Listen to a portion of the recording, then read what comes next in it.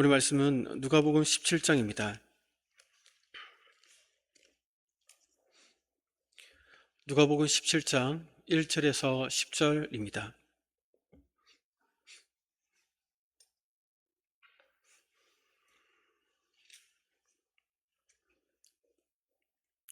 (1절에서 10절까지) 교독하겠습니다. 제가 먼저 1절 읽겠습니다. 예수께서 제자들에게 이르시되 실족하게 하는 것이 없을 수는 없으나 그렇게 하게 하는 자에게는 화로다.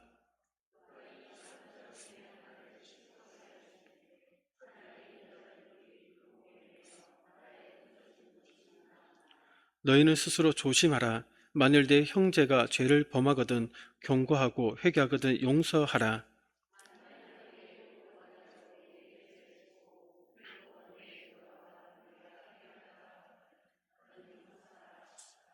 사도들이 주께 여짜오되 우리에게 믿음을 더하소서 하니,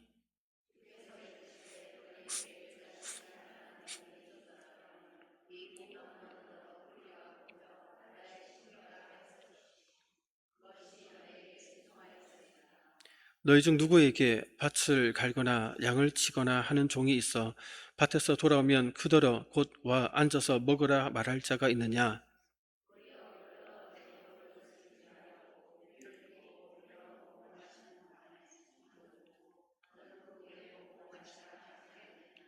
명한 대로 하였다고 종에게 감사하겠느냐? 이와 같이 너희도 명령 받은 것을 다 행한 후에 이르기를 우리는 무익한 종이라 우리가 하여야 할 일을 한 것뿐이라 할지니라. 아멘.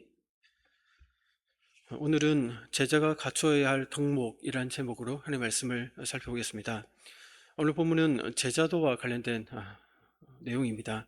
특별히 주님의 제자들이 제자로서 갖추어야 할 덕목들이 무엇인지를 교훈합니다.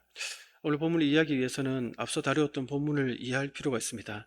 앞서 다루었던 본문에는 바리새인들 또 서기관들은 종교 지도자들에 대한 잘못된 사세를 주님께서 지적하셨습니다. 그들의 자세와 대조시키는 가운데 주어진 교훈들이 오늘 본문입니다. 즉 바리새인들은 종교 지도자로서 스스로를 의롭게 여기는 교만한 자들이었습니다. 동시에 자신들은 교만과 탐욕의 그런 심각한 죄를 가지고 있으면서도 회개하는 세리와 그런 죄인들을 용서하기는커녕 정죄하는 데 골몰하였던 자들이었습니다. 거기에다 엄격한 율법의 잣대를 굴레를 씌워서 수많은 백성들을 실족해 만드는 자들이었습니다. 그런 잘못된 자들을 염두에 두고 예수님은 그들과 달리 이제 제자들에게 직접적으로 그들과 대조하여 제자들이 갖춰야 될 자세들을, 덕목들을 좀 교훈을 주고 있는 것입니다. 그래서 예수님의 제자들은 그들과 달리 작은 자 하나라도 결코 실족하게 해서는 안 되고, 또 회개하는 형제라면 진정으로 용서를 해야 되고, 또 외식하는 믿음이 아니라 진실한 믿음을 간직해야 되어야 하고, 또 무익한 종이라는 겸손한 자세를 유지해야 한다는 것을 오늘 본문에서 흐름 가운데 얘기를 하고 있습니다. 이러한 이해를 가지고 오늘 본문을 보시면 본문은 크게 두 부분으로 나눌 수 있습니다. 원래 설교를 두 편으로 나눠서 해야 되는데 좀 한 편으로 붙여서 좀 피상적으로 다루는 측면이 있긴 있지만 전반적으로 같이 함께 좀 살펴보려고 합니다.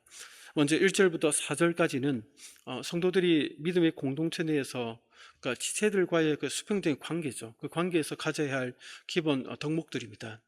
반면 5절부터 6절까지, 물론 넓게 보면 10절까지이기는 하지만 하나님과의 그 수식적인 관계에서 갖춰야 될 덕목들입니다. 먼저 지체들과의 수평적인 관계에서의 덕목부터 살펴보겠습니다. 그 첫 번째는 주님의 제자는 실족하게 해서는 안 된다는 것입니다. 다시 말해 작은 자라도 실족하게 해야 하여 그로 하여금 죄를 짓도록 만들면 안 된다고 얘기를 합니다. 1절부터 3절 중반절까지 본문을 다시 한번 보면 예수님께서 제자들에게 말씀하시죠. 실족하게 하는 것이 없을 수는 없지만 그렇게 하게 하는 자에게는 화가 있다. 그가 이 작은 자 중에 하나를 실족하게 할진대 차라리 연자맷돌이 그의 목에 매여 바다에 던져지는 것이 낫다라고 얘기하면서 너희는 스스로 조심하라 이렇게 얘기를 합니다. 형제를 실족하게 하지 말라 이렇게 교훈을 하시죠. 여기서 실족이라는 단어는 덫 혹은 장애물을 가리키는 단어인데 다른 성경에 보면 올무, 부딪히는 돌, 꺼리 끼는 것으로 이렇게 번역하기도 합니다. 그러니까 길에 이렇게 놓아 놓고 넘어지게 만드는 어떤 장애물을 가리킵니다. 그 의미를 보면 다른 이를 죄짓도록 유도하는 그 행위를 얘기하는 것이죠. 앞서 바리새인들과 서기관들을 이들과 대조하는 맥락에서 오늘 본문이 주어지고 있다라고 말씀드렸는데, 구체적으로 그들은 그들의 가르침, 그들의 행위가 사람들을 하여금 실족해 하는 그런 부분도 있었던 것이죠. 그러니까 형제를 시험에 빠뜨리거나 거짓 교리 또는 가르침 등으로 잘못된 믿음으로 이끄는 것으로 이해할 수 있습니다. 이 실족해 한다는 말의 의미는. 그럼 실족하게 해서는 안 되는 이 작은 누구일까? 누구를 가리킬까 할 때 이 작은 자는 예수님에 대한 그런 신앙을 가졌지만 아직은 어린 자들을 가리킬 수 있습니다. 이는 나이가 어리다라는 의미가 아니라 물론 뭐 부모가 자기 어린 자녀를 돌보고 보호하는 것처럼 그런 양육과 돌봄, 보호가 필요한 신앙이 어린 자들을 가리킵니다. 나이와 상관없이. 당시 예수님이 공생애를 한 3년 차에 접어들었던 시기였죠. 예수님이 가장 앞서 따랐던 12명의 제자들 외에 그 이후에 따랐던 그 제자들이 있었고, 그리고 무리들이 있었습니다. 예수님을 향한 이제 갓 믿음을 가지게 되었던 많은 어린 신앙인들이 바로 이 작은 자들이었습니다. 주님을 따르는 제자의 무리에 속하긴 했지만 오늘날 우리의 관점에서 보면 교육이 필요한 새신자, 양육이 필요한 그러한 신앙이 어린 자들이 여기에 해당된다고 볼 수 있습니다. 이런 작은 자 중에 하나를 양육과 돌봄과 보호가 아닌 실족하게 하는 자들이 있다는 겁니다. 시험에 빠뜨리거나 거짓 교리나 가르침 등으로 잘못된 믿음으로 이끄는 자들이 있다는 것이죠. 다시 말해 당시 주변에 주님을 따르는 자들을 위해 위협하고 유혹하고 시련을 주는 자들이 있었다는 겁니다.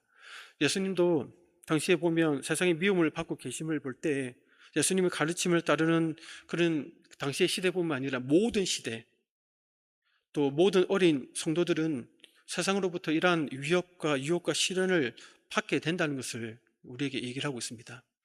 예수님이 이러한 실족하게 하는 행위를 없을 수는 없으나 그래서 이렇게 얘기를 하시는 것이죠. 즉 세상에 죄를 짓게 만드는 요소, 그러한 자들이 늘 주변에 어느 시대에나 있었다는 겁니다. 그러면서 예수님은 형제를 실족하게 하는 자가 없을 수는 없지만 그렇다고 해서 그런 자들을 그냥 눈 감아 주시지는 않는다 라고 얘기를 하는 것이죠. 그래서 얼마나 큰 형벌을 받게 될 것인가를 이어서 말씀하십니다. 우리 2절을 보면 유명한 말씀이 나오죠. 이 사람 한번 읽어보겠습니다. 시작. 그가 이 작은 자 중에 하나를 차라리 연자 맷돌이 그 목에 매여 바다에 던져지는 것이 나으리라. 아멘. 여기 연자 맷돌은 나귀가 돌리는 커다란 맷돌을 얘기합니다. 뭐 영화나 TV에서 아마 보셨을 텐데 나귀가 있고 뒤에 멍에를 씌워서 이렇게 큰 맷돌 돌리지 않죠. 곡물을 빻는 집에서 돌리는 손 맷돌이 아니라 엄청나게 큰 맷돌을 얘기합니다. 그리고 물에 빠뜨리는 형벌은 당시 뭐 유대 사회에서는 흔하지 않았고 이제 그리스나 이제 로마 사회에서 흔히 볼 수 있었던 그런 형벌이었습니다. 그러니까 예수님의 말씀은 작은 자 중에 하나를 실족하게 하면 연자 맷돌을 목에 메고 깊은 바다에 던지는 것 같은 중한 형벌을 받게 된다. 하지만 차라리 이러한 형벌이 더 낫다라는 의미에서 얘기를 하고 있습니다. 그렇다면 궁금한 점이 있죠. 어떤 형벌보다 더 낫다는 의미일까요? 작은 자, 어린 이런 신앙인들 중에 하나를 실족하게 해서 하게 되면 이 땅에서 받는 연자 맷돌을 매는 형벌보다 죽음 이후에 하나님 앞에서 받는 그 내세에서의 형벌이 더 무섭다는 것입니다. 그래서 바다에 수장되어 죽임을 당하는 것보다 그 죽음을 당하는 것이 오히려 더 낫다는 것이죠. 내세에서의 형벌의 무서움은 연자맷돌에 달려 수장당하는 형벌에 비할 바가 아니라는 것입니다. 그래서 예수님이 1절에서 그렇게 하게 하는 자에게는 화로다라고 선언합니다. 여기서 화는 하나님의 진노가 임한다라는 뜻이죠. 우리가 말 들어봐서 아시겠지만 구체적으로 이 화는 거짓 교사에게 임하는 형벌을 가리킵니다. 거짓 교사는 예수님이 그리스도이심을 믿지 못하도록 방해하고 이제 신앙을 출발하는 그 신앙을 꺾어버리려고 잘못된 길로 유혹하는 그런 자들이죠. 시험에 들게 하여 죄를 짓게 만들어 더 이상 주님을 바라보지 못하게 하는 그러한 자들을 가리킵니다. 오늘날 보면 우선은 이단들이다 할 수 있겠죠.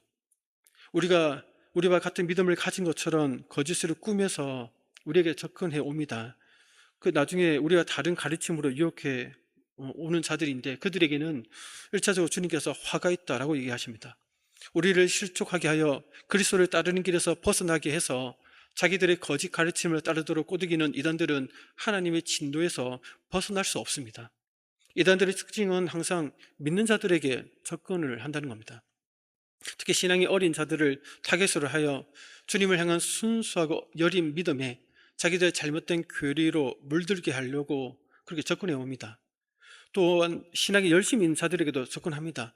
그 열심을 올바른 방향에서 그릇된 방향으로 돌려놓아 자기들이 추종하는 그 교주를 명중하도록 세뇌시키기 위해서 그렇게 접근을 해옵니다.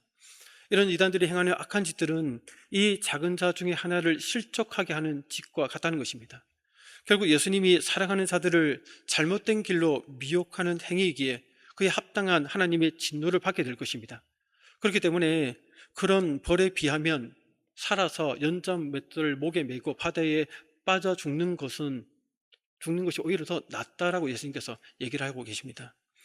그래서 예수님은 제자들의 결론적으로 교훈을 하시죠. 3절 중반절에 보시면 그렇기 때문에 너희는 스스로 조심하라 이렇게 얘기합니다.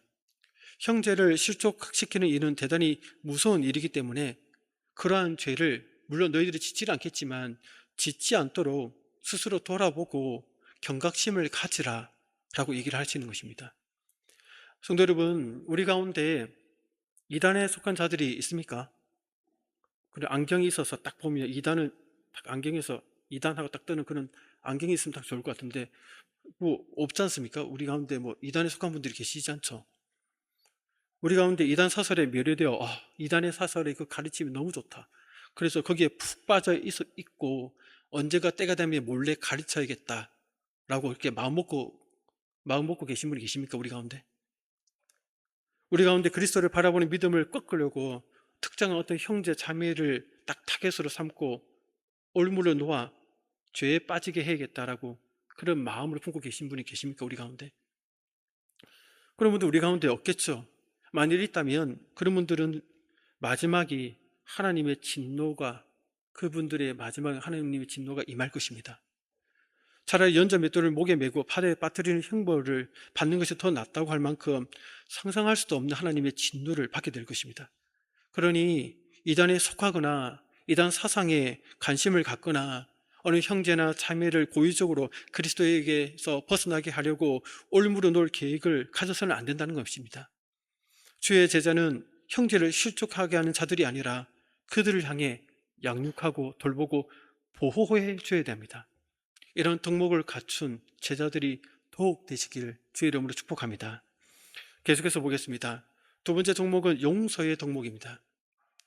주님의 제자는 자기에게 죄를 지었더라도 진심으로 회개하면 그리고 돌아오면 끊임없이 조건 없이 용서해야 된다라고 얘기합니다. 예수님은 이제 정반대의 경우를 이렇게 다루시는데 앞에서는 형제들로 하여금 죄 짓게 하는 일을 하지 말아야 하는 것을 교훈하셨다면 여기서는 믿음의 형제가 죄를 지으면 바로 잡아 세우라 라고 교훈하십니다. 3절 후반절부터 4절까지 우리 함께 읽어보겠습니다.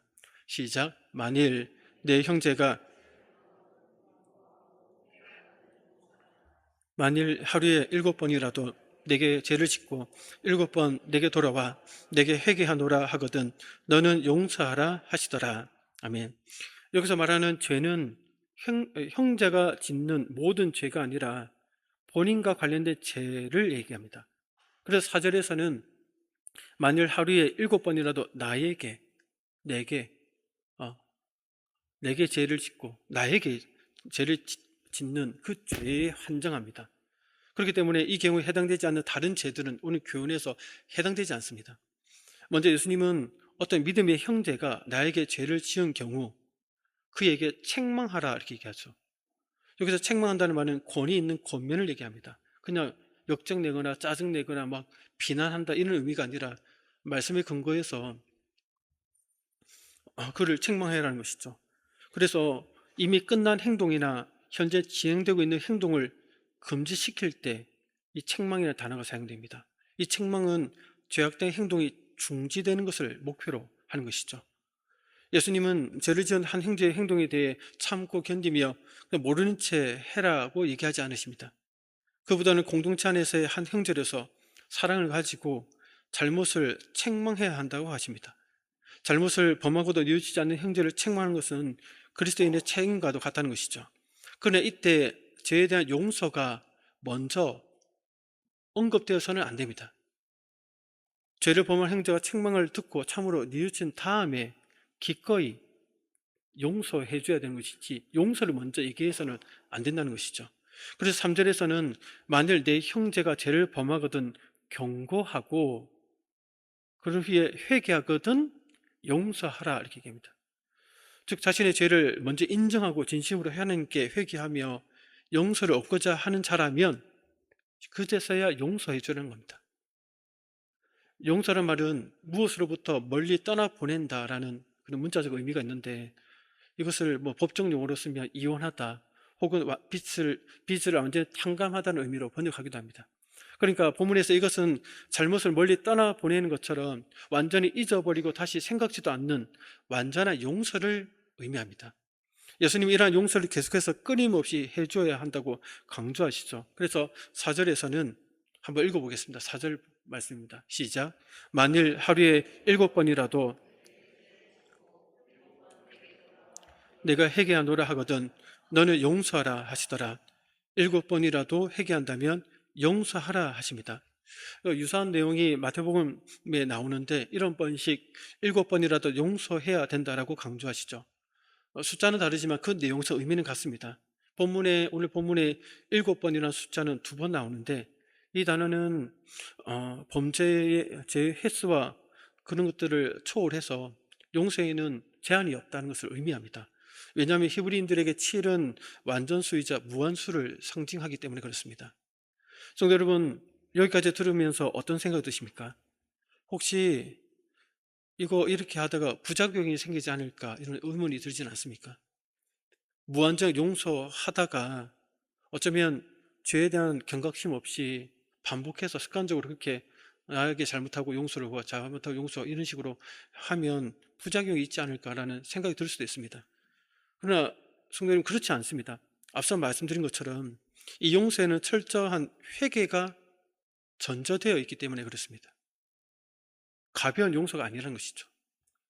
이런 사실은 3절, 4절에서 회개라는 단어가 거듭 사용되었고 또한 그가 내게 돌아온다라는 표현이 있는 것을 보면 돌아온다는 것을 또 행동으로 보이는 회개를 얘기하는 것이죠.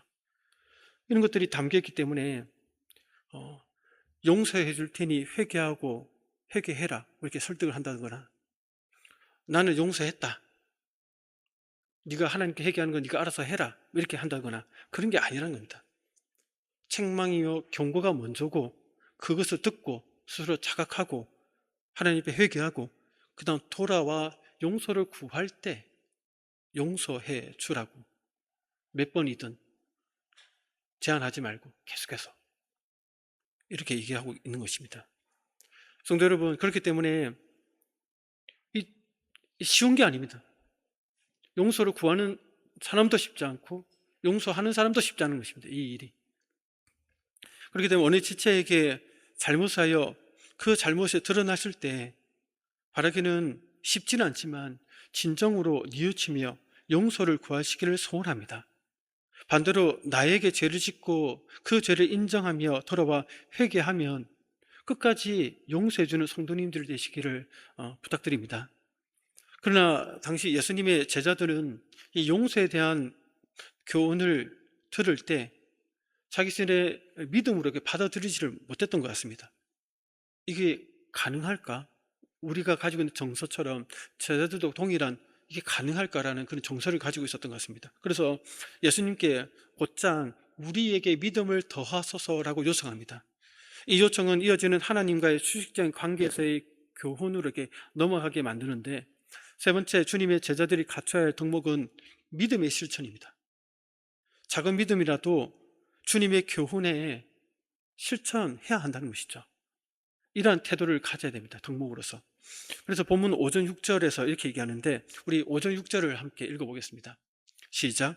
사도들이 주께 여짜오되 우리에게 믿음을 더하소서 하니 주께서 이르시되 너희에게 겨자씨 하나일 만한 믿음이 있었더라면 이 뽕나무더러 뿌리가 뽑혀 바다에 심기어라 하였을 것이요 그것이 너희에게 순종하였으리라. 아멘. 그러니까 여기서 더한다는 말은 말 그대로 이미 믿음을 가지고 있다는 전제를 가지고 하는 얘기죠. 사도들은 이미 자신들 안에 믿음이 있다라고 전제하고 믿음을 더해달라라고 얘기하고 있습니다. 이런 걸 보면 그들은 믿음을 양적인 개념으로 생각하고 있죠. 더하거나 뺄 수 있다라는 개념으로, 양적인 개념으로 믿음을 바라보고 있습니다.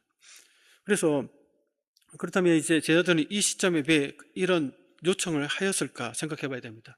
아마도 제자들은 형제를 실족하지 않게 해야 한다는 점과 또 범죄한 형제에 대해서 온전히 용서해야 한다는 예수님의 교훈을 듣고는 현재 자신들이 가지고 있는 이 믿음으로는 실천할 수 없다, 감당할 수 없다. 그렇기 때문에 이렇게 감당할 수 없는 이유는 자신들의 믿음이 부족하기 때문이다 라는 생각을 가졌기 때문에 자신들의 현재 믿음보다 더 큰 믿음이 필요하기 때문에 주님 우리에게 더 큰 믿음으로 더해 주소서라고 요청했던 것으로 보입니다. 그러자 주님께서 이제 말씀하시죠. 저희들의 이 태도를 보고 저희들의 잘못된 그 생각들을 이제 바로잡아 주십니다. 너에게 겨자씨 하나일 만한 믿음이 있었더라면 이 뽕나무더러 뿌리가 뽑혀 바다에 심겨라 하였을 것이요 그것이 너에게 순종하였으리라. 예수님은 제자들의 요청에 대하여 믿음을 더해주겠다 혹은 더해주지 않겠다 이렇게 직접적인 대답을 주지 않으시고 자신들의 믿음을 점검할 기회를 갖게 하십니다. 예수님은 믿음을 더해달라는 제자들의 요청에 겨자씨 하나일 만한 믿음이 있다고 하면 그렇게 가정하시고서는 옆에서 제자들이 생각하고 있는 양적 믿음의 개념을 이렇게 수정해 주십니다. 그런데 왜 하필이면 겨자씨 하나를 예로 들면서 믿음을 설명하는 것일까? 이걸 생각해 봐야 됩니다. 겨자씨는 씨앗 중에서 가장 작은 씨앗이죠. 하지만 그 씨앗이 나중에 자랐을 때 4에서 5m 되는 큰 나무로 자란다는 것을 우리가 알고 있습니다. 그런 것처럼 그 씨가 그렇게 작았다는 사실이 도저히 믿어지지 않을 정도로 크게 성장할 수 있는 것이 그 겨자씨만은 아무리 작더라도 그 씨앗 안에 그러한 잠재력이 담겨져 있다는 것입니다. 믿음의 원리도 마찬가지입니다. 우리가 생각하기에는 아주 작은 믿음처럼 보일지라도 그 안에 예수 생명이 있고 그 안에 하나님을 향한 신뢰가 있다면 그 믿음이 우리의 느끼기에 아무리 작게 보인다 할지라도 그 믿음을 통해서 이루지 못할 일은 없다는 겁니다. 그래서 예수님은 겨자씨 말한 작은 믿음이 있을지라도 그 믿음이 살아있는 믿음이라면 뽕나무를 뽑아 바다에 심을 수 있다라고 말씀하십니다. 뽕나무는 일종의 돌무화과 나무인데 팔레스타인에서 흔히 볼 수 있는 나무입니다. 우리나라에 소나무가 많은 것처럼 이 나무는 이렇게 뿌리가 깊게 넓게 이렇게 퍼지는 나무인데 이 나무는 웬만한 폭풍에도 흔들리지 않는다고 합니다. 그런데 이 나무 하나님에 대한 생명력 있는 믿음으로 아무리 작다 하더라도 하나님에 향한 믿음을 가지고 도저히 뽑을 수 없다고 여겨지는 이 뽕나무도 뽑아서 바다에 심을 정도로 능력이 있다는 겁니다. 예수님은 제자들이 하나님을 향한 가진 작은 믿음이라도 이렇게 놀라운 일을 일으킬 수 있다는 것을 이렇게 강조하시는 것이죠. 그러니 내가 현재 가진 작은 믿음으로는 형제를 용서하라는 교훈을 지키기 어렵습니다. 실족 안 지킬 자신이 없습니다. 안 될 것이다, 안 된다 할 자신이 없다 이렇게 생각만 하지 말고 성령을 통하여 받은 그 믿음을 사용해 보라고 얘기를 하시는 것이죠. 도저히 용서할 수 없을 것 같은 그 지체도 용서하게 된다. 도저히 용서를 못 구할 것 같은 그래서 숨고 싶은 이 마음에도 회개하며 용서를 구할 수 있는 용기를 주실 것이다 라고 말씀하십니다. 성도 여러분, 주님의 말씀대로 여러분들의 믿음이 겨자씨같이 작은 믿음이라고 생각이 들더라도 주님의 교훈을 붙들고 믿음으로 나아가기를 주의 이름으로 축복합니다. 이제 마지막 하나님과의 수직적인 관계에서의 동목입니다. 바로 종된 자세입니다. 주님의 제자는 종된 자세로 겸손하고 헌신하며 대가 없이 주님을 섬겨야 합니다. 여기에 관련된 본문은 7절부터 10절인데 이 내용들은 앞선 믿음에 관한 교훈과 겉으로 보면 이렇게 관계가 없어 보입니다. 하지만 내면적으로 보면 5절부터 시작되는 하나님과의 그 관계의 덕목과 연결이 된다는 것이죠. 하나님을 향하여 가져야 할 기본 덕목이라는 공통점을 가지고 있습니다. 제자로서 갖춰야 할 헌신과 겸손의 덕목을 가르치기 위해서 예수님은 무익한 종의 이야기를 이렇게 시작하십니다. 7절을 보면 이렇게 얘기하죠. 너희 중 누구에게 밭을 갈거나 양을 치거나 하는 종이 있어 밭에서 돌아오면 그대로 곧 와 앉아서 먹으라 말할 자가 있느냐 얘기하시죠. 당연히 없다는 것이죠. 여기 밭을 가는 농업이나 또 양을 치는 목축업은 당시 종들이 아주 행했던 일상적인 임무였습니다. 즉 그것들은 종이 당연히 평소에 해야 하는 일이었기 때문에 어느 주인도 그 종이 그 일을 하고 돌아왔다고 해서 수고했다 같이 밥 먹자 이렇게 청하는 주인은 당시에 아무도 없었다는 것입니다. 그래서 8절에서는 도리어 그더러 내 먹을 것을 준비하고 띠를 띠고 내가 먹고 마시는 동안에 수종 들고 너는 그 후에 먹고 마시라 하지 않겠느냐 얘기합니다. 그 어느 주인도 당연히 해야 할 바깥 일을 마치고 돌아온 종들에게 좀 쉬어라 나랑 같이 밥 먹자 하지 않고 오히려 그런 수고를 하고 왔음에도 불구하고 내가 주인으로서 밥을 먹을 테니 내 밥 먹을 거 차리고 밥 먹는 동안 서서 수종 들으라 이렇게 얘기를 한다는 것입니다. 그렇게 다 한 후에야 비로소 종에게 먹을 수 있도록 하였습니다. 이러한 일은 당시 종들의 당연한 의무였습니다. 그렇게 명한 대로 다 하였다고 종에게 감사하겠느냐? 예수님께서 9절에서 얘기하시죠. 그렇게 감사하지 않는다는 겁니다. 그래서 예수님은 이런 이제 제자들의 이제 이 얘기를 하고 나서 이제 제자들을 종의 위치에 두시면서 당신이 하시고자 하는 그 핵심 말씀을 하시는 것이죠. 10절에서 이렇게 얘기하십니다. 같이 한번 읽어보겠습니다. 10절입니다. 시작. 이와 같이 너희도 명령받은 것을 이르기를 우리는 무익한 종이라 우리가 하여야 할 일을 한 것뿐이라 할지니라. 아멘. 그러니까 종이 주인의 명령에 순종하였던 것처럼 제자들도 그와 같이 한 후에는 우리는 무익한 종이라 우리가 하여야 할 일을 한 것뿐입니다 라고 말하라고 예수님께서 명령하십니다. 여기서 종을 수식하는 무익한이라는 단어는 쓸모없다, 가치 없다라는 의미입니다. 왜 이 종은 자신에 대해 무익한 종이라고 일컬으면 할까요? 당시 종이 되는 경우는 대개의 경우 빚 때문에 빚을 많이 졌기 때문에 종이 되는 경우가 많았다고 합니다. 이렇게 종이 된 자는 아무리 일을 잘한다 하더라도 주인의 값을 치르고 자신을 산 이상 그가 한 일에 대해서 감사의 말을 듣거나 보답을 받는 것은 있을 수 없는 일이었습니다. 이렇게 일을 다 하고도 종은 마음속으로 나같이 빚더미에 앉아 불쌍하게 된 사람을 구해줘서니까 얼마나 감사한지 주인을 생각할 때마다 감사한 마음이 크다 이러한 자세를 가지게 된다는 것입니다. 비록 그 종이 주인의 명한대로 다 행하긴 했지만 그에게는 아무런 공로도 없다는 것입니다. 예수님은 이 같은 말씀을 통해 제자에게 겸손하고 당연한 자세로 하나님의 일을 할 것을 이렇게 교훈하고 계십니다. 성도 여러분, 우리가 하나님을 향해 가져야 할 제자로서의 마지막 덕목은 이러한 종의 자세입니다. 이 자세는 겸손하게 헌신하며 동시에 대가 없이 섬김으로 나아가게 만듭니다. 내가 종이 아닌데 종의 자세를 좀 취해봐야겠다, 그런 게 아닙니다. 우리는 예수님의 피값으로 구속받은 자들입니다. 죄의 빚더미에 놓여있던 우리를 예수님의 피값으로 하나님께서 우리를 사셨고 구속했단 말이 샀다는 뜻이지 않습니까? 종에서 이제 주의 종으로서 주님의 몸된 교회를 섬기도록 부름받은 우리 모두가 종들입니다. 목회자만 주의 종들하니까 저희만 종처럼 여러분도 종입니다. 서울에서 학교 다닐 때 어떤 분들이 목회자를 종님이라 하더라고요. 종님 이렇게.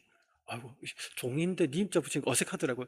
여러분들도 종님들입니다. 저도 종님이지만 우리 예수의 피값을 우리 구속받았고 우리 샀으니까 이제 하나님 것이잖아요. 주님과 주님의 몸된 교회를 섬김에 있어서 나같이 죄의 빚더미에 앉아 지옥 형벌로 나아가던 나를 구해 주셨으니 그 감사할 따름입니다. 이런 종된 자세가 필요합니다. 내가 이만큼 섬겼는데 이거 너무 심한 거 아니야? 라고 하든가, 혹은 내가 물질로 헌신한 것이 얼마인데 겨우 나에게 이만한 것으로 보상해? 라고 하든가, 나보다 주님의 몸된 교회를 위해서 앞장서서 헌신 봉사하는 사람이 있으면 다 나와봐 이렇게 자기 공로를 주장한다든가. 주님은 그렇게 하지 말라고 얘기하시는 것이죠. 그래서 자격이 없다는 겁니다. 그냥 놔두면 자기 제값으로 영원한 지옥불에 가서 끝났을 인생인데, 그 영혼 예수님 피값으로 사서 주님의 몸된 교회를 섬기도록 종님으로 불려줬으니 뭐라고 또 내가 섬기는 위에 통해서 주님 앞에 생색내고 사람들 앞에 생색낼 게 있느냐? 없다는 겁니다. 그냥 감사할 따름입니다. 그냥 감사할 따름입니다. 이게 어디입니까? 이 자리가. 예수님은 단지 우리에게 마땅히 해야 할 일을 했을 뿐입니다. 나에게 이런 섬김의 기회를 주신 것 자체가 나에게는 감사의 기쁨입니다. 나는 단지 무익한 종일 뿐입니다. 내가 뭔가 했다고 해서 내가 자랑하거나 내세울 것이 하나도 없습니다. 이 모든 것이 다 주님의 은혜일 뿐입니다. 저는 계속해서 무익한 종이라는 이런 겸손한 태도로 주님의 몸된 교회를 헌신적으로 섬기겠습니다. 아무런 대가 없이 섬기겠습니다. 이런 기회를 주신 것 자체만으로도 저는 감사할 따름입니다. 이런 종된 자의 고백과 삶이 우리의 삶이 되어야 한다라고 주님께서 말씀하십니다. 성도 여러분, 우리 모두가 주님의 제자로서 이런 종된 자세를 품고 끝까지 주님을 섬기기를 소원합니다. 섬길 때 섭섭함이 들더라도, 뭔가 마음에 상처가 같은 일들이 생긴다 하더라도, 힘듦이 생기더라도 우리를 빚값하신 그리스도의 그 은혜와 하나님의 사랑을 바라보면서 저는 무익한 종입니다. 그냥 감사할 따름입니다. 오늘도 묵묵히 아무런 대가 없이, 아무런 보상을 요구도 없이 주님을 섬기겠습니다. 이런 기회를 주신 주님 너무나도 감사합니다. 이런 마음으로 오늘도 내일도 주님 품에 안기는 그날까지 종된 자세로 섬기기를 주의 이름으로 축복합니다.